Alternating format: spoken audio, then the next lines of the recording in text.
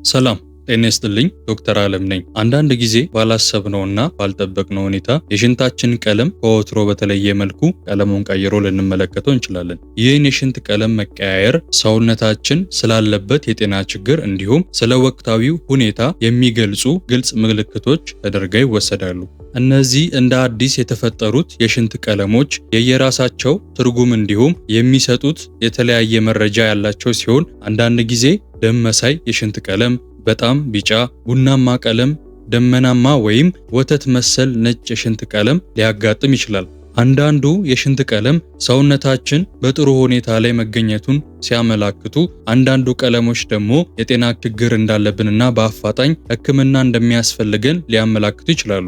አብዛኞቻችን የምናስተውለው እና የተለመደው የሽንት ቀለም አይነት ፈዛዛ ቢጫ ወይም ገለባ መልክ ያለው ሲሆን ይህም ጤናማና በቂ ውሃ ያለው ሰውነትን ሲያመለክት ጥሩ የሆነ የውሃ አወሳሰድ እንዳለ ያመለክታል። ይህን የሽንት ቀለም አይነት በተደጋጋሚ ካስተዋልን ሰውነታችን በጥሩ የጤንነት ሁኔታ ላይ መገኘቱን መረጃ የሚሰጥ ነው። ነገር ግን ሌሎች የሽንት ቀለም አይነቶች ያሉ ሲሆን እነዚህ ልውጥ የሽንት ቀለሞች በሚከሰቱ ጊዜ መውሰድ ያሉብን ቅድመ ጥንቃቄዎችና ሕክምናዎች አሉ። በዚህ ቪዲዮ የሚያጋጥሙንን የሽንት ቀለም መለዋወጥ መንስኤዎችን እንዲሁም የተለያዩ የሽንት ቀለሞች ያላቸውን ምንነትና መወሰድ ያለበትን ቅድመ ጥንቃቄና ሕክምናዎችን እንመለከታለን። በመጨረሻም የኩላሊታችንን ጤንነት ለመጠበቅ ማድረግ ያሉብንን መሰረታዊ ተግባራት እናያለን። አብራችሁን ቆዩ። እንደተለመደው ይህን ቪዲዮ ላይክ በማድረግ ይጀምሩ። በኮመንት መስጫ ውስጥ እርስዎ ከሽንት ቀለም መለዋወጥ ጋር ያጋጠሙትን ገጠመኝ ያጋሩን። ለዚህ ቻናል አዲስ የሆናችሁ ቻናሉን ሰብስክራይብ በማድረግ አዳዲስ ጤና ነክ ቪዲዮ ስንለቅ ወዲያውኑ እንዲደርሶ የደወል ምልክቷን ያብሩ። በመጀመሪያ የተለያዩ የሽንት ቀለም አይነቶች ምንነት ከመመልከታችን በፊት ሽንት እንዴት እንደሚፈጠር በጥቂቱ እንመልከት። በዋነኝነት ሽንት ብለን የምንጠራው ከሰውነታችን ውስጥ ተጣርቶ የሚወጣ ፍሳሽ ነው። ይህም በሰውነታችን ውስጥ ካለ ከትርፍ ውሃ ከተለያዩ አላስፈላጊ ቆሻሻዎች እንዲሁም በሚጣራ ደም አማካኝነት የሚፈጠር ፍሳሽ ነው። እነዚህ አላስፈላጊ ትርፍ ውሃዎች ወይም ንጥረ ነገሮች የሚጣሩት በኩላሊት ውስጥ ነው። እነዚህ ሁለት ባቄላ ቅርጽ ያላቸው የሰውነት ክፍሎቻችን በውስጣቸው ኒፍሮንስ የተባሉ በሚሊዮን የሚቆጠሩ ጥቃቅን ማጣሪያዎች በውስጣቸው የያዙ ናቸው። ኩላሊታችን በሶስት ዋና ዋና ደረጃዎች አማካኝነት ሽንትን ይፈጥራል። የመጀመሪያው ደረጃ ግሎሜሩለር ፊልትሬሽን ይባላል። በዚህም ደም ወደ ኩላሊት በሚገባ ጊዜ ኩላሊት በልብ ግፊት አማካኝነት ወደ ኩላሊት የገባውን ደም ያጣራል። በዚህም የማጣራት ሂደት ደም ውስጥ ያለ ውሃ፣ አሞኒያ፣ ሆርሞኖች እንዲሁም የተበላሹ ንጥረ ነገሮች ይጣራሉ። ሁለተኛው ደረጃ ቲዩቡለር ሪአብዞርቤሽን ይባላል። በዚህም ኩላሊታችን ቅድሚያ የገባውን ደም ካጣራ በኋላ በዚህ ደረጃ ላይ የሚያስፈልገውንና የማያስፈልገውን ንጥረ ነገሮች ይለያሉ። በዚህም ከተጣራ ውስጥ የሚያስፈልገውን ለምሳሌ ውሃ፣ ጠቃሚ ንጥረ ነገሮች ከዚህም ውስጥ ናትሪየም፣ ፖታሲየም፣ ሆርሞኖችና ሌሎች ጠቃሚ የሆኑ ንጥረ ነገሮችን ወደ ደም ይመለሳሉ።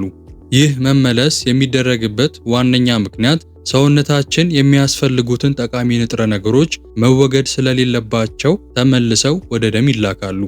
ሶስተኛውና የመጨረሻው ደረጃ ቲዩቡላር ሴክሬሽን ይባላል። በዚህም ደረጃ ውስጥ እነዚህ ቅድሚያ የተጣሩ አላስፈላጊ ውሃና አላስፈላጊ ንጥረ ነገሮች በኒፍሮን ቱቦዎች አማካኝነት ይወጣሉ።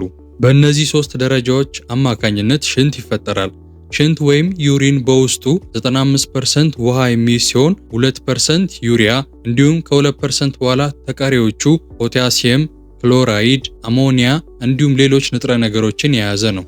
የተጣራው ሽንት በዩተር ቱቦ አማካኝነት ወደ ዩርተርስ ወይም ወደ ሽንት ፊኛ ይገባል። በዚህም ፊኛ ውስጥ የተጣራው ሽንት ይከማቻል። ይህም የሽንት ፊኛ በሚሞላበት ጊዜ የመሽናት ፍላጎት ይፈጠራል። በመጨረሻም ሽንት በመሽናት የማስወገድ ሂደት ይከተላል። በእነዚህ መሰረታዊ በሚባሉ ሰውነታችን በሚያደርጋቸው ሂደቶች አማካኝነት ሽንት ተፈጥሮ እስከ መወገድ ይደርሳል ማለት ነው።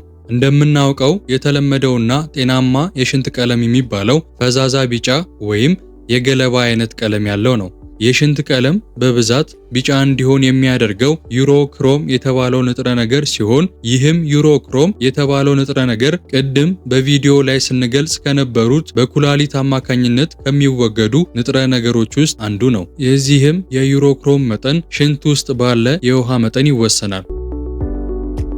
የምንሸናው ሽንት ከ7 አይነት ቀለም በላይ የመለዋወጥ እድሎች ያሉት ሲሆን ከመጀመሪያው ስንጀምር የመጀመሪያው ግልጽ ያለ ውሃማ ቀለም ነው። ይህ የሽንት ቀለም የሚከተለው በሰውነታችን ውስጥ ብዛት ያለው የውሃ መጠን በሚኖርበት ጊዜ ነው። ይህን ብዛት ያለው የውሃ መጠን እንዲከሰት የሚያደርገው ከመጠን በላይ ውሃ መጠጣት ነው። ከልክ ያለፈ ውሃን መጠጣት የሚመከር ተግባር አይደለም። ምክንያቱም በሰውነታችን ውስጥ የሚገኙትን አስፈላጊ ንጥረ ነገሮች እንዲማሙና እንዲጠፉ ምክንያት ሊሆን ይችላል። አንዳንድ ጊዜ ይህ ግልጽ ያለ ውሃማ የሽንት ቀለም የኩላሊት ችግሮች እንዳሉ ሊያመላክት ይችላል። ውሃን ከልክ በላይ መጠጣት ከጥቅሙ ይልቅ ጉዳቱ ያመዝናል። አንዳንድ ጊዜ ራሳችንን እየጠቀምን እየመሰለን ከልክ ያለፈ ውሃን ስንጠጣ ይስተዋላል። ይህ መስተካከል ያለበት ጉዳይ ነው። ስለዚህ በተቻለ መጠን የውሃ አጠቃቀማችንን ልኬት ማስተካከል ያስፈልጋል። ሁለተኛው የሽንት ቀለም ደማቅ ቢጫ ቀለም ነው። ይህ አይነት የሽንት ቀለም የሚያመላክተው በሰውነታችን ውስጥ የውሃ እጥረት እንዳለ ያመላክታል። በቀን ውስጥ መውሰድ ካለብን የውሃ መጠን አነስተኛውን የምንወስድ ከሆነ የሽንት ቀለም ወደ ደማቅ ቢጫነት የመቀየር እድሉ የሰፋ ነው። አንዳንድ ጊዜ ይህ ደማቅ ቢጫ ቀለም ከልክ ያለፈ ጭንቀት እና ከጉበት ህመሞች ጋር ሊያያዝ ይችላል። ይህም ቀለም በተደጋጋሚ በየጊዜው የሚከሰት ከሆነ በጉበት ውስጥ ቢሊሩቢን መጨመር ምልክት ሊሆን ይችላል። ስለዚህ ተጨማሪ ውሃ መጠጣት አስፈላጊ መፍትሄ ነው። ባስ ካለና ድግግሞሹ የማይቋረጥ አይነት ከሆነ የህክምና ባለሙያ ማማከር አስፈላጊ ነው። ሶስተኛው ፈዛዛ ቢጫ ወይም የገለባ አይነት ያለው ቀለም ነው። ይህ አይነት የሽንት ቀለም ጤናማና ሰውነታችን የሚያስፈልገውን በቂ የውሃ መጠን እንዳለው የሚያመለክት ነው። ፈዛዛ ቢጫ ቀለም ያለው ሽንት መደበኛ የተለመደና ጤናማ ሰው የሽንት ቀለም አይነት ነው። ስለዚህ ይህ የቀለም አይነት የሚከሰተው በቂ ጥሩ የውሃ አወሳሰድ ልማድ በሚኖረን ሰዓት ነው። ስለዚህ የውሃ አጠቃቀማችንን ማስቀጠል ያስፈልጋል። ይህ ቪዲዮ እየጠቀሙት እንደሆነ ተስፋ እናደርጋለን። የላይክ ምልክቷን በመጫን ያበረታቱን። በኮመንት መስጫ ውስጥ ያለውትን ሐሳብ ያጋሩን። ለዚህ ቻናል አዲስ የሆናችሁ ሰዎች ይሄንን ቻናል ሰብስክራይብ በማድረግ የደወል ምልክቷን ይጫኑ። አራተኛው ቀይ ቀለም ያለው ሽንት ነው።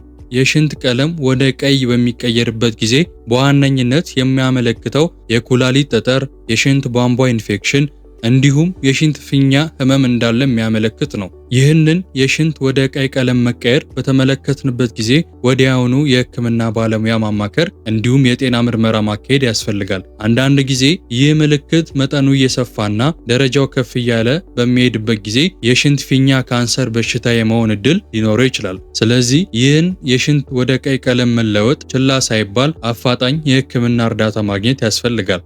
አምስተኛው ሰማያዊ ቀለም ያለው ሽንት ነው። ይህ አይነት የሽንት ቀለም በዋነኝነት የሚከሰተው የዘር ውርርስ ችግሮች ወይም የባክቴሪያ ኢንፌክሽን በሚያጋጥሙበት ጊዜ ነው። አንዳንድ ጊዜም አንዳንድ መድኃኒቶች ወይም የምግብ አይነቶች ሰማያዊ የሽንት ቀለም የመፍጠር እድል አላቸው። በተለይም ቀለም ሊፈጥሩ የሚችሉ ምግቦች አብዝተን በምንመገብበት ጊዜ ይህን መሰል ቀለም ያለው ሽንት ሊፈጠር ይችላል። ይህ ሰማያዊ ቀለም ያለው ሽንት በተመገብነው የምግብ አይነት አማካኝነት ከሆነ የተፈጠረው ያን ያህል ለጤናችን የሚያሰጋ ላይሆን ይችላል። ነገር ግን ከተመገብነው የምግብ አይነት ውጪ በህመም ምክንያት ከሆነ የተከሰተው የጤና ባለሙያ ማማከር ይጠበቅብናል።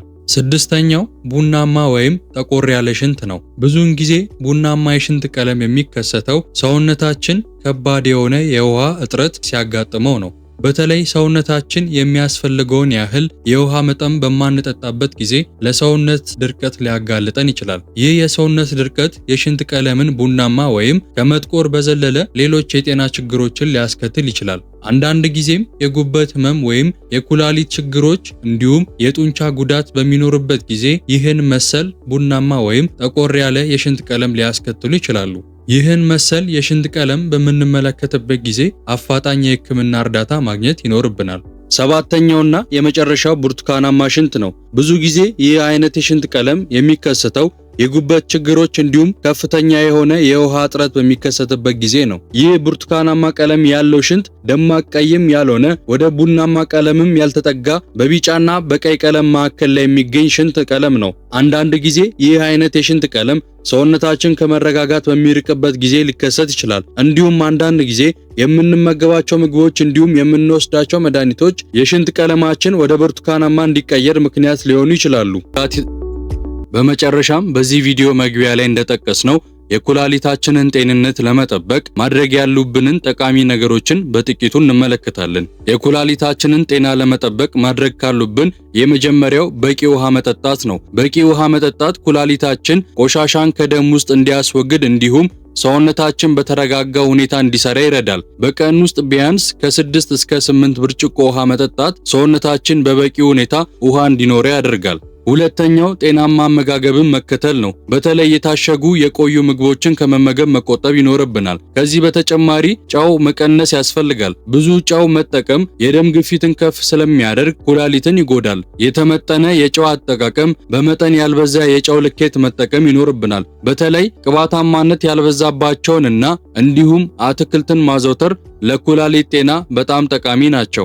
ሶስተኛው የክብደት መጠንን በልክ ማድረግ ነው። ከመጠን በላይ መወፈር ለኩላሊት በሽታ ተጋላጭነትን በእጅጉ ይጨምራል። ጤናማ አመጋገብን በመከተል እንዲሁም የአካል ብቃት እንቅስቃሴን በማዘውተር ክብደትን መቆጣጠር የኩላሊት ጤናን መጠበቅ ያስችላል። አራተኛው ከመጠን በላይ የህመም ማስታገሻ መድኃኒቶችን ከመውሰድ መቆጠብ ነው። ያለ ሐኪም ትዕዛዝ የሚወሰዱ መድኃኒቶች በብዛት እንዲሁም ለረጅም ጊዜ ጥቅም ላይ ሲውሉ ኩላሊትን በከፍተኛ መጠን ይጎዳሉ። በተለይ እንደ ኢቡፕሮፊን እና ናፕሮክሲን ያሉ ያለ ሐኪም ትዕዛዝ የሚወሰዱ የህመም ማስታገሻ መድኃኒቶችን በብዛት መጠቀም ለኩላሊት በሽታ ያጋልጣል። ስለ ኩላሊት ጤና አጠባበቅ እንዲሁም ተያያዥ ጉዳዮችን በሰፊው በሌላ ቪዲዮ እንመለከታለን። መሰረታዊ የሚባሉ እንዲሁም ልናደርጋቸው የሚገቡ የኩላሊት ጤና ላይ የሚያተኩሩ ሐሳቦችን በሌላ ቪዲዮ እንደምንመለከት ቃል እየገባው ስለ ሽንት ቀለም አይነቶችና ስለ ተያያዥ የጤና ችግሮች ያለንን ሐሳብ እዚህ ላይ እናጠቃልላለን። ይህ ቪዲዮ እንደጠቀመው ተስፋ አድርጋለሁ። ይህን ቪዲዮ ላይክ በማድረግ ድጋፎን ይግለጹልን። በኮመንት መስጫ ሳጥን ውስጥ ከሽንት ቀለም መቀያየር ጋር ያጋጠሙትን ሐሳብ ያካፍሉን። ለዚህ ቻናል አዲስ የሆናችሁ ይህንን ቻናል ሰብስክራይብ በማድረግ ቤተሰብ ይሁኑን። አዳዲስ ጤና ነክ ቪዲዮ ስንለቅ ወዲያውኑ እንዲደርሶት የደወል ምልክቷን ያብሩ። በሌላ ቪዲዮ እስክንገናኝ ቸር ቆዩኝ።